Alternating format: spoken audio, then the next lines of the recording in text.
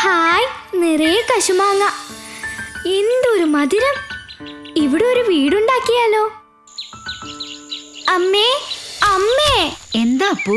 അമ്മേ, അമ്മേ, കശുമാവിൽ ഞാനൊരു വീടുണ്ടാക്കാൻ പോവാ. അപ്പു, നീയോ? തനിച്ചോ? ഞാൻ ഇപ്പോഴും കുഞ്ഞാണെന്ന അമ്മയുടെ വിചാരം. ഞാനൊരു വലിയ അണ്ണാരക്കണ്ണനായി. ആണോ? ഞാനറിഞ്ഞില്ലല്ലോ. വെറുതെ കളിയാക്കല്ലേ അമ്മേ. കളിയാക്കിയതല്ല, നിന്റെ മിടുക്ക് ഞാനൊന്ന് കാണട്ടെ. ഇനി വീടുണ്ടാക്കിയിട്ട് തന്നെ കാര്യം.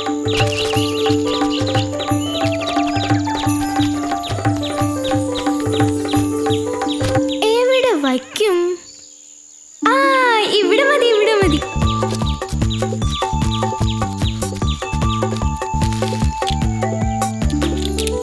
ആഹാ, സമ്മതിച്ചിരിക്കുന്നു. നീ ഒരു കൊച്ചു മിടുക്കൻ തന്നെ. ഹായ് അപ്പു, നീയാണോ ഈ വീടുണ്ടാക്കിയത്? അതെ, ഞാൻ തന്നെ. അറിഞ്ഞോ, കശുമാവിൽ അപ്പു ഒറ്റയ്ക്കൊരു വീടുണ്ടാക്കി. അവൻ ഇത്രയും കഴിവുണ്ടെന്ന് ഞങ്ങളും വിചാരിച്ചില്ല. കാത്തൂനെ കാട്ടിലും മിടുക്ക് അപ്പുവിന് തന്നെ. ആ, അതെ അതെ. അറിഞ്ഞോ, അപ്പു വീടുണ്ടാക്കി.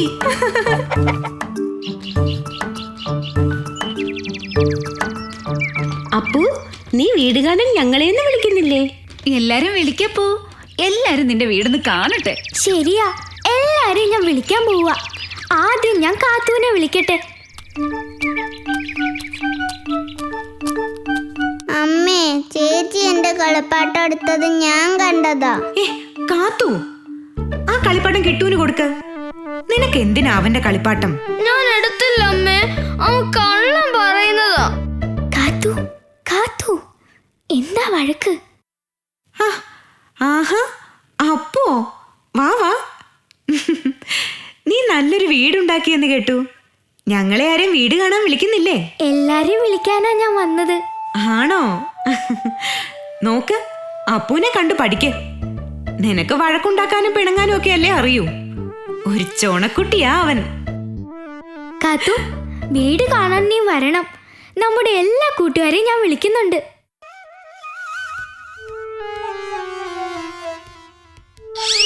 കൊണ്ടുപോ. കാത്തു,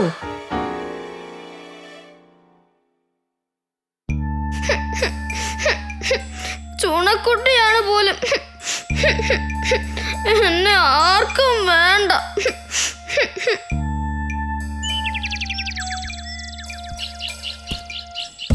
ഞാൻ അവനെക്കാട്ടിലും മിടുക്കി.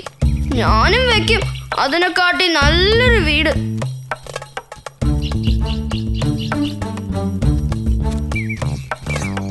കാത്തു, എങ്ങോട്ടാ? കാത്തു, ഹേയ്, എന്താ ആലോചിക്കുന്നത്? ഞാനും ഒരു വീടുണ്ടാക്കാൻ പോവുക. അപ്പൂന് വീട് വെക്കാമെങ്കിൽ എന്തുകൊണ്ട് കാത്തൂന് വെച്ചൂടാ? തറയിലാണോ അതോ മരത്തിന്റെ മേളിലാണോ? കളിയാക്കണ്ട. മരത്തിന് മുകളിൽ വീടുണ്ടാക്കാൻ എനിക്കും അറിയാം. കാത്തു വീടുണ്ടാക്കുന്ന കാര്യം നമുക്ക് എല്ലാരോടും പറയണ്ടേ?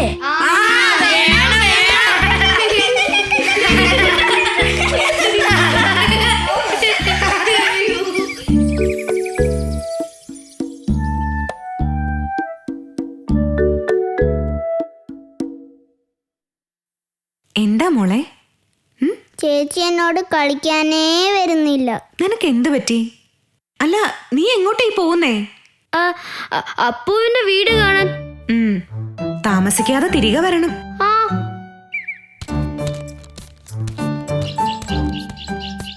അപ്പുവിന്റെ വീടിനെക്കാട്ടിലും വലുതായിരിക്കും എന്റെ വീട്.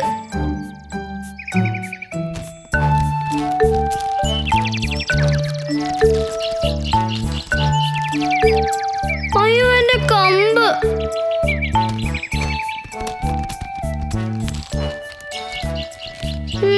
ഇപ്പൊ ശരിയായി. കെട്ടാൻ വള്ളി വേണമല്ലോ. ഇനിയും താഴെ ഇറങ്ങണം. വള്ളി വല്ലതും കിടപ്പുണ്ടോ അവിടെ? അയ്യോ, കണ്ടൻ.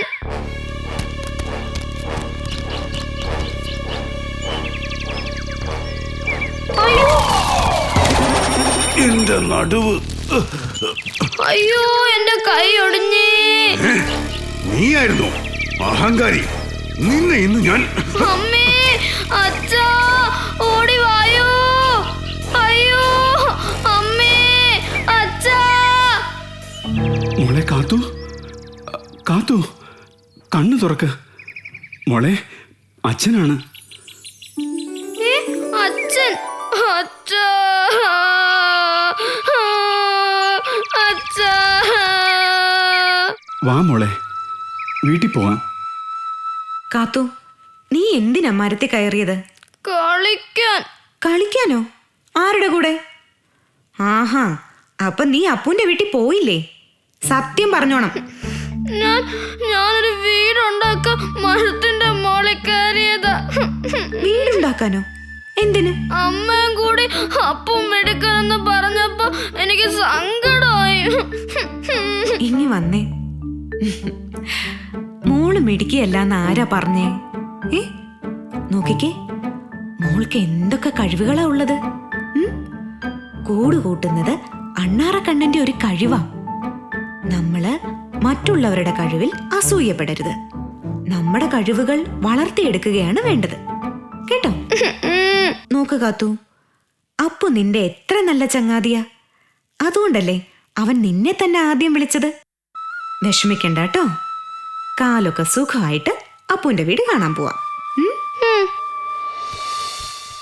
അമ്മ പോയി. അപ്പൂന്റെ വീട്ടിൽ പോയിട്ട് പെട്ടെന്ന് ഇങ്ങെത്താം.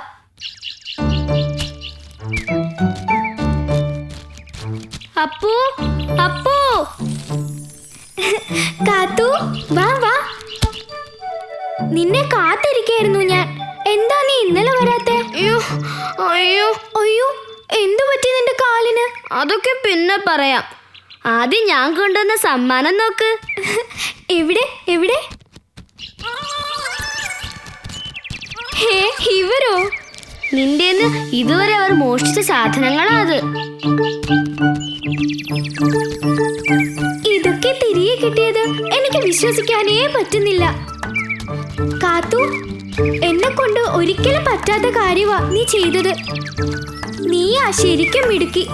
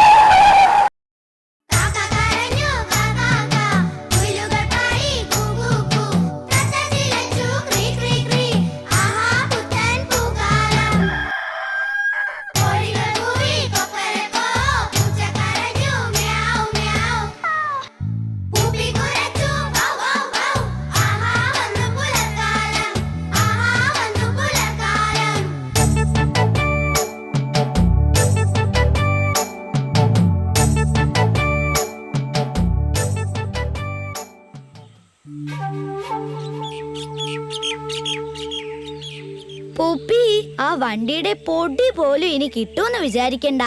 നമുക്ക് തിരികെ വീട്ടിലേക്ക് പോയാലോ? വാ, എനിക്കാണേൽ നന്നായി വിശക്കുന്നുണ്ട്. എന്തേലും ഒന്ന് പറ പൂപ്പി.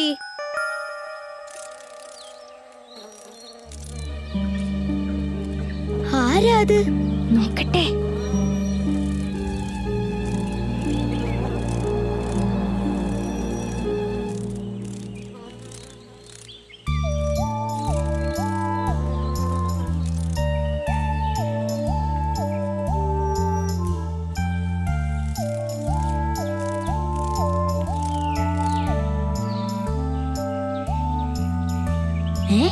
പോയോ?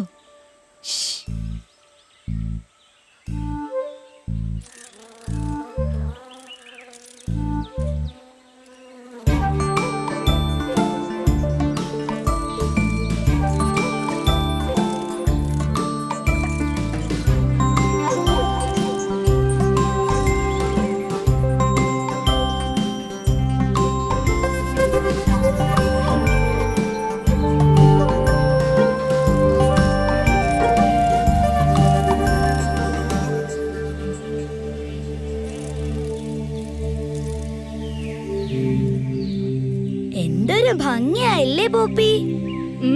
കണ്ടിട്ട് ശരിക്കുള്ള മൺകുടം പോലെ തന്നെയുണ്ട്.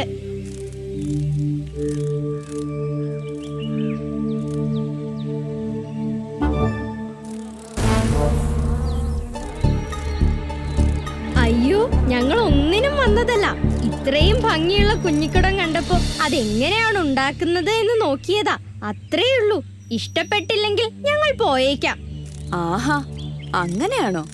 ഞാൻ വിചാരിച്ചു ഉപദ്രവിക്കാൻ വന്നവരായിരിക്കുമെന്ന്. ഇവിടെ അങ്ങനെ ചിലരുണ്ട്, അതാ ഞാൻ. ഏയ്, അത് സാരമില്ല. ഞാൻ പൂപ്പി, ഇത് പിങ്കി. എന്നാൽ ഇനി നമുക്ക് കൂട്ടായാലോ? ആയിക്കോട്ടെ. ഞാൻ വേട്ടാളൻ. എനിക്ക് മുട്ടയിട്ട് കുഞ്ഞുങ്ങളെ വിരിയിക്കാൻ വേണ്ടിയാ ഈ കൂടുണ്ടാക്കുന്നെ. ഇനി എനിക്ക് ഇര തേടാൻ പോണം. കുഞ്ഞുങ്ങൾ വിരിഞ്ഞിറങ്ങുമ്പോഴേ നല്ല വിശപ്പാ. അവർക്ക് പ്യൂപ്പയാകുന്നത് വരെ കഴിക്കാനുള്ളതെല്ലാം കരുതി വെക്കണം. 2-3 ദിവസമെങ്കിലും എടുക്കും ഈ കൂടൊന്ന് നിറയ്ക്കാൻ. കുഞ്ഞുങ്ങൾ എന്താ കഴിക്കാ? പഴങ്ങളാണോ? അല്ലല്ല, ഞങ്ങളുടെ കുഞ്ഞുങ്ങൾ പ്യൂപ്പയാകുന്നത് വരെ മാംസഭുക്കുകളായിരിക്കും. പ്യൂപ്പയിൽ നിന്ന് പുറത്തു വന്നാൽ പിന്നെ ഞങ്ങളെപ്പോലെ പൂന്തേൻ മാത്രമേ കുടിക്കൂ. നിങ്ങൾ ആരെയാ വേട്ടയാടി പിടിക്കുന്നേ? ഞങ്ങളും കൂടെ വരട്ടെ കാണാൻ. വേണ്ട വേണ്ട, നിങ്ങൾ ഇവിടെ ഇരുന്നാൽ മതി. എന്നിട്ട് ഈ മൺവീടിനെയും മുട്ടകളെയും ആരും ഉപദ്രവിക്കാതെ നോക്കാമോ? ആ, നോക്കാലോ. ഇനി തിരികെ വരുന്നത് വരെ ഞങ്ങളാണ് ഈ വീടിന്റെ കാവൽക്കാർ. ധൈര്യമായിട്ട് പോയിക്കോളൂ.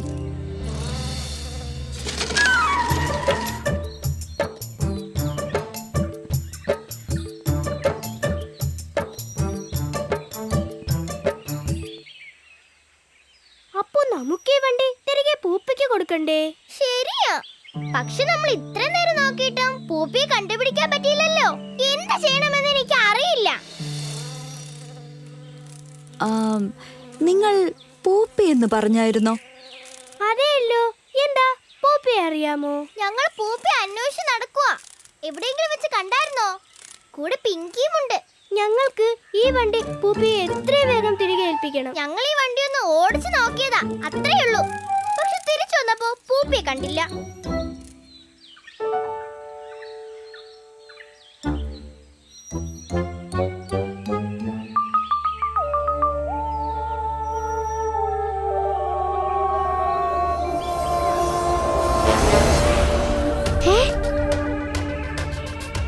ഞങ്ങൾ ഇവിടെ ഉള്ളപ്പോൾ ഈ കുഞ്ഞു മൺവീടിനൊന്നും പറ്റില്ല.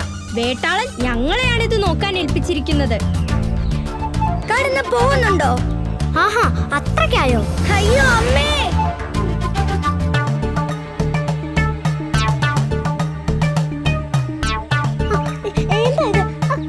എന്നെ വിട്. ആരാ ഇത്? അയ്യോ, എന്നെ വിട്. അയ്യോ, ഞാൻ പോയേക്കാം. അയ്യോ. ഈ പൂപ്പയ്ക്ക് വല്ലാത്ത ധൈര്യം തന്നെ. അപ്പൊ പിങ്കി എവിടെ? ഞാനിവിടെ ഉണ്ട്. ആ കുരുവി എന്നെ ശരിക്കും നോവിച്ചു. അല്ല, എവിടെ വേട്ടയാടിക്കൊണ്ട് വന്ന ഇര? ദാ, ഈ പുഴുവിനെയാണ് കിട്ടിയത്. ഞാൻ ഇതിനെ മയക്കി കിടത്തിയിരിക്കുക. കൂട് നിറയ്ക്കാൻ ഇങ്ങനെ ഒരു 3-4 പേരെങ്കിലും വേണം. ഞാനിത് കൂടിനകത്താക്കട്ടെ.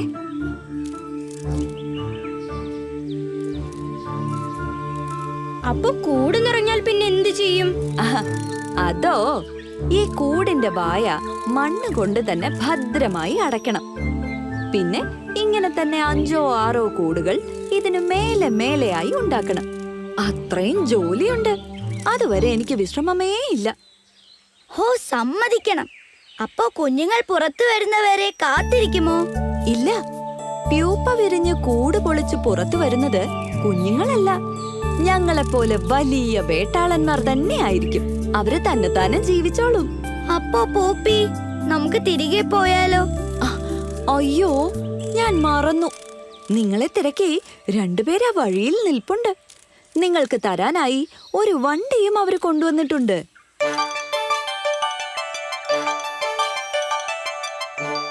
വേട്ടാളാ, കൂടുണ്ടാക്കാൻ നീ കാണിക്കുന്ന ഈ ക്ഷമയും അധ്വാനവും ഞങ്ങൾക്കൊരു വലിയ പാഠമായിരുന്നു. ഇനി ഞങ്ങൾ എത്ര കഷ്ടപ്പെട്ടാലും ആ വണ്ടിയുടെ ഉടമസ്ഥനെ കണ്ടെത്തി തിരികെ ഏൽപ്പിച്ചിട്ട് വീട്ടിലേക്ക് പോകുന്നുള്ളൂ. വണ്ടി കണ്ടെത്താൻ സഹായിച്ച നിന്നോട് എത്ര നന്ദി പറഞ്ഞാലും മതിയാവില്ല. എനിക്കും നിങ്ങളോട് നന്ദിയുണ്ട്, ഞാൻ പോയപ്പോൾ എന്റെ കൂട് കാത്തതിന്.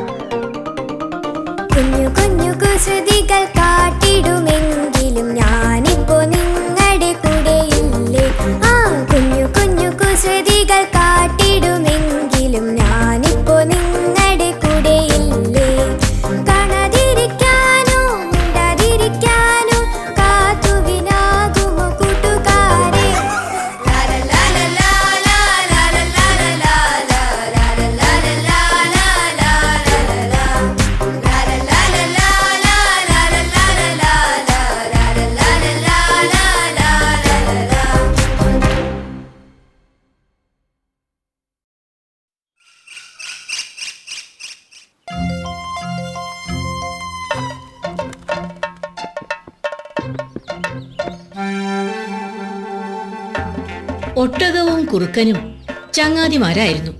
ഒരു പാവത്താനായിരുന്നു ഒട്ടകം. എന്നാൽ കുറുക്കനോ കൗശലക്കാരനും. കുറുക്കൻ ഒരു ദിവസം രാവിലെ ആഹാരം അന്വേഷിച്ചിറങ്ങി. ഓ, എന്തൊരു കഷ്ടം! നടന്ന് നടന്ന് തളർന്നു. ഇനി കുറെ നേരം ഇവിടെ ഇരിക്കാം.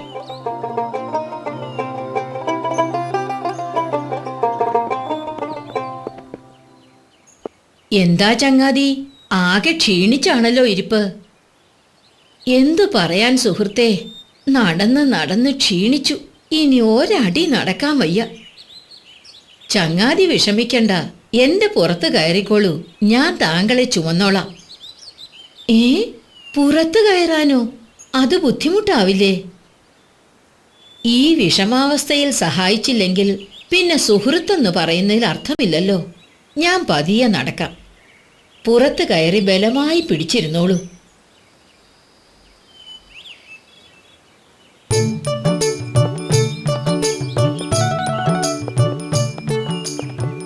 ഒട്ടകത്തിന്റെ പുറത്തുള്ള ഈ യാത്ര വളരെ രസം തന്നെ. എന്തായാലും ഇനി ഇങ്ങനെ മതി യാത്ര. നടക്കണ്ടല്ലോ, സുഖമായി യാത്രയും ചെയ്യാം. പക്ഷെ എന്തു പറഞ്ഞ് എന്നും ഈ ഒട്ടകത്തിന്റെ പുറത്ത് കയറും? ചങ്ങാതി, വീടെത്തി. എന്താ ആലോചിക്കുന്നത്? ഏയ്, ഒന്നുമില്ല. ഞാൻ താഴെ ഇറങ്ങുന്നതിനെ കുറിച്ച് ആലോചിക്കുകയായിരുന്നു. അതിനെന്താ വിഷമം? എന്തുണ്ട് വഴി? ഒരു വിദ്യയും തോന്നുന്നില്ലല്ലോ. ഇത് തന്നെ വിദ്യ. കൈ ഒടിഞ്ഞുപോയി എന്ന് ആ മണ്ടൻ ഒട്ടകത്തെ പറഞ്ഞ് വിശ്വസിപ്പിക്കാം.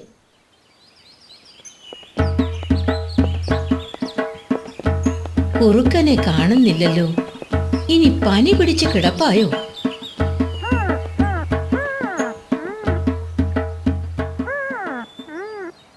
എന്തു പറ്റി ചങ്ങാതി? എന്ത് കിടപ്പായത്? ഒന്നും പറയണ്ട. ഇന്നലെ രാത്രി ആഹാരം അന്വേഷിച്ചിറങ്ങിയപ്പോ എന്റെ കൈ ഒന്ന് ഒടിഞ്ഞു. ഇപ്പൊ നടക്കാൻ വയ്യ. നല്ല വേദനയും. കഷ്ടം തന്നെ. ഏതായാലും ഇനി മുതല് എന്റെ പുറത്തായിക്കോളൂ യാത്ര.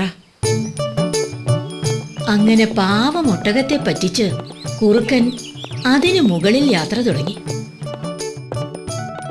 ചങ്ങാതി, ഈ കരിമ്പ് എവിടുന്നാ കിട്ടിയത്? അറിഞ്ഞില്ലേ? പുഴയുടെ അക്കരെ നിറയെ കരിമ്പ് വിളഞ്ഞു കിടക്കുന്നു. വേഗം ചെല്ല്. സുഹൃത്തെ, നമുക്കും കരിമ്പ് തിന്നാൻ പോയാലോ? പക്ഷെ പുഴ എങ്ങനെ കടക്കും? ഏയ്, അതോർത്ത് വിഷമിക്കണ്ട. താങ്കൾ എന്റെ പുറത്ത് ബലമായിട്ട് പിടിച്ചിരുന്നാ മതി. ഞാൻ നീന്തി അക്കരെ എത്താം.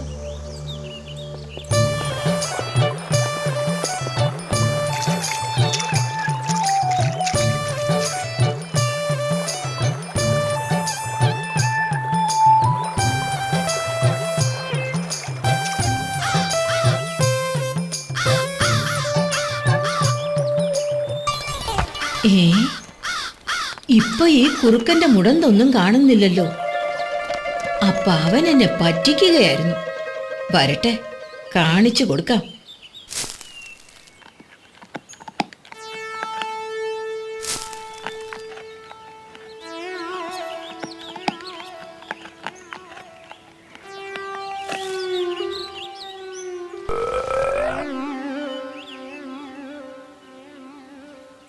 ചങ്ങാതി, വയറ് നിറഞ്ഞാൽ എനിക്ക് കൂവണമെന്ന് തോന്നും.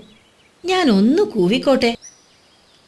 വേണ്ട വേണ്ട, തോട്ടക്കാരന്റെ പട്ടികൾ നമ്മളെ ഓടിക്കും. ദയവായി കൂവരുത്. ഞാനാണെങ്കിൽ കരിമ്പ് തിന്നു തുടങ്ങിയതേ ഉള്ളൂ. എന്നോട് ക്ഷമിക്കൂ. എനിക്കാണെങ്കിൽ കൂവാതിരിക്കാൻ വയ്യ.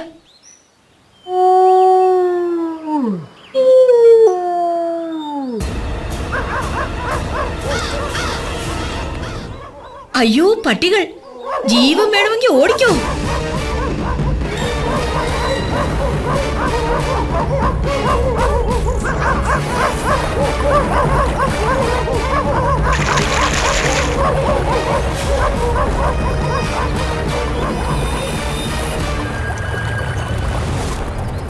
അയ്യോ, ഞാനും കൂടെ.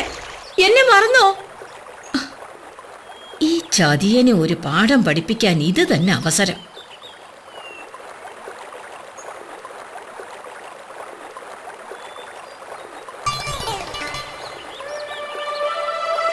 ചങ്ങാതി, നല്ല തണുത്ത വെള്ളം, ഒഴുക്കുമില്ല.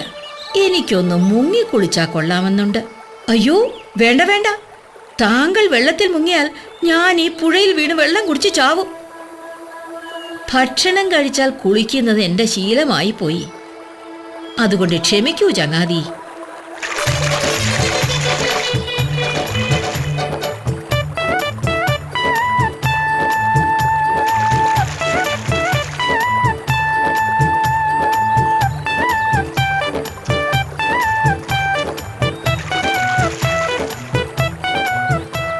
എന്താ ചങ്ങാതി, ബുദ്ധിമുട്ടായോ? കുറുക്കൻ മറുപടി പറയാൻ കാക്കാതെ ഓടി ഒളിച്ചു.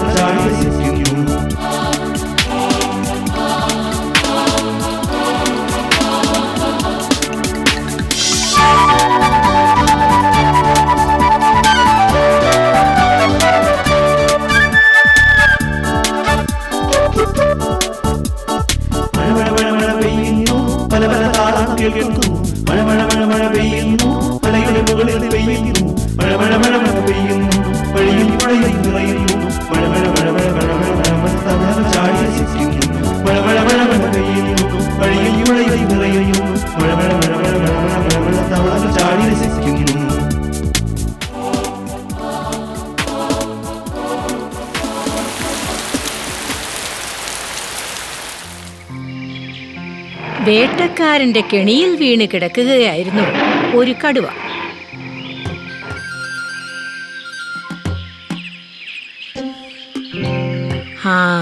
ഇയാളെ പറ്റിച്ച് രക്ഷപ്പെടാം.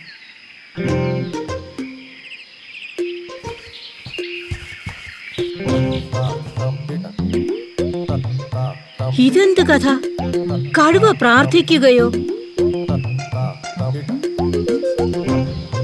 ഹേ മനുഷ്യ, നിങ്ങൾക്ക് ദൈവത്തിൻ്റെ ഒരു സന്ദേശമുണ്ട്, സ്വീകരിച്ചാലും.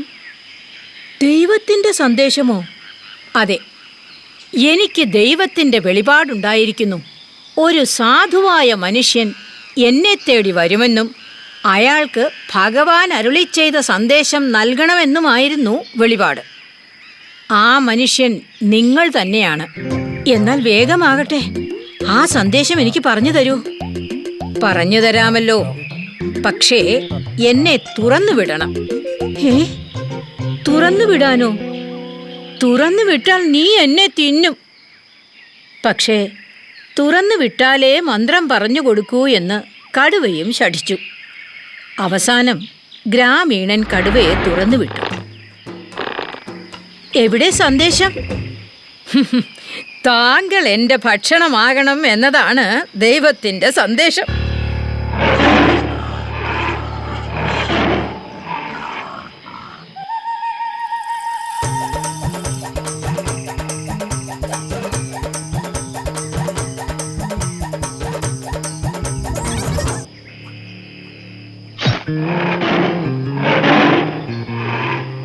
എടാ ദുഷ്ടാ, നിന്നെ തുറന്നു വിട്ട് എന്നെ തന്നെ നീ തിന്നുന്നോ? അതൊന്നും പറഞ്ഞിട്ട് കാര്യമില്ല. നിങ്ങൾ എൻ്റെ ഭക്ഷണമാണ്, എനിക്ക് വിശക്കുന്നു. ഗ്രാമീണൻ കേണപേക്ഷിച്ചപ്പോൾ കടുവ ഒരു വിട്ടുവീഴ്ച ചെയ്തു. ശരി, നമുക്ക് 3 പേരുടെ അഭിപ്രായം ചോദിക്കാം. ആരെങ്കിലും ഒരാൾ നിങ്ങളെ കൊല്ലണ്ട എന്ന് പറയുകയാണെങ്കിൽ ഞാൻ നിങ്ങളെ വിട്ടയക്കാം. കടുവയും ഗ്രാമീണനും മധ്യസ്ഥരെ അന്വേഷിച്ച് നടന്നു.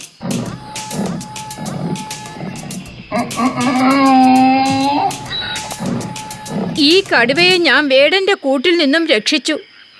രക്ഷപ്പെട്ടു കഴിഞ്ഞപ്പോൾ എന്നെ തിന്നണം എന്ന് പറയുന്നു. ഇത് ന്യായമാണോ? ന്യായം തന്നെ, എന്താ സംശയം? ഈ മനുഷ്യർ ഞങ്ങളെ കൊണ്ട് എല്ലും മുറിയെ പണിയെടുപ്പിക്കും. അടിക്കുകയും തൊഴിക്കുകയും ഒക്കെ ചെയ്യും. രോഗം വന്നാൽ ഉപേക്ഷിക്കും. അത്രയ്ക്ക് ക്രൂരന്മാരാ ഇവര്. ഇയാളെ തിന്നണം. അയാൾ കടുവയോടൊപ്പം അടുത്തയാളെ അന്വേഷിച്ചു നടന്നു.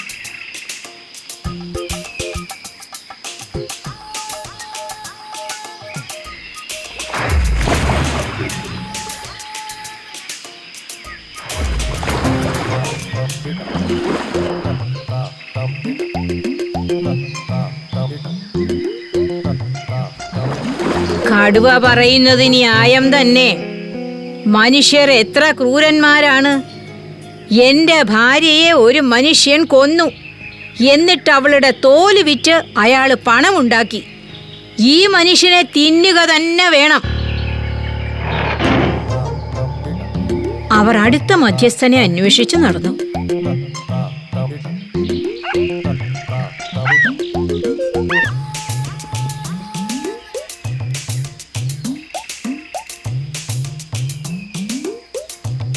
ഗ്രാമീണന്റെ കഥ കേട്ടപ്പോൾ കുറുക്കന് പ്രശ്നത്തിന്റെ ഗൗരവം മനസ്സിലായി. നിങ്ങൾ പറയുന്നത് എനിക്ക് ശരിക്കും മനസ്സിലാവുന്നില്ല. അപ്പോൾ ഈ മനുഷ്യൻ കൂട്ടിൽ കിടക്കുമ്പോൾ കടുവച്ചേട്ടൻ അതുവഴി വന്നു ഇല്ലേ? ഛേ, വിഡ്ഢിത്തം. ഞാനായിരുന്നു കൂട്ടിൽ. ശരി. അപ്പോൾ ഈ മനുഷ്യൻ പ്രാർത്ഥിക്കുകയായിരുന്നു. കണ്ണു തുറന്നപ്പോൾ കടുവച്ചേട്ടനെ കണ്ടു അല്ലേ? ഛായ്, അസംബന്ധം. ഞാനായിരുന്നു കൂട്ടിൽ പ്രാർത്ഥിച്ചു കൊണ്ടിരുന്നത്. ശരിയാണ്, കടുവച്ചേട്ടൻ കൂട്ടിലായിരുന്നു. അപ്പോൾ ഇവിടെ എങ്ങനെ എത്തി? കുറുക്കൻ ഒന്നും അറിയാത്ത പോലെ പിന്നെയും ചോദിച്ചു. മണ്ട ശിരോമണി, ഇത്രയും പറഞ്ഞിട്ടും മനസ്സിലായില്ലേ? എന്തോ ഒരു പ്രശ്നമുണ്ട്. നമുക്ക് സംഭവം നടന്ന സ്ഥലത്ത് പോകാം. ശരി, പോകാം. കടുവയും കുറുക്കനും ഗ്രാമീണനും അങ്ങനെ കാട്ടിൽ കടുവ കിടന്ന കൂട്ടിനടുത്തെത്തി. ഇനി ഞാനൊന്ന് കാണട്ടെ കാര്യങ്ങൾ എങ്ങനെയാണ് സംഭവിച്ചതെന്ന്. ഈ മനുഷ്യൻ കൂട്ടിൽ കയറട്ടെ. കടുവച്ചേട്ടൻ എങ്ങനെയാണോ പ്രാർത്ഥിച്ചുകൊണ്ട് നിന്നത് അങ്ങനെ ചെയ്യട്ടെ. ഈ മണ്ടനോട് എത്ര തവണ പറയണം, ഞാനായിരുന്നു കൂട്ടിൽ. അതെങ്ങനെ? കടുവച്ചേട്ടൻ എങ്ങനെ കൂട്ടിൽ കയറും? മരക്കഴുത.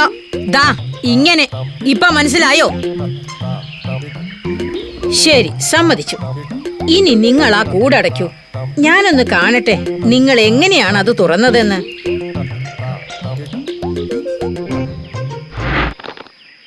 ഇനി ഞാൻ കൂട് തുറക്കട്ടെ? എടോ മനുഷ്യ, നിങ്ങളെപ്പോലൊരു പമ്പര വിഡ്ഢിയെ ഞാൻ ഇതുവരെ കണ്ടിട്ടില്ല. വേഗം ഓടി രക്ഷപ്പെടാൻ നോക്ക്.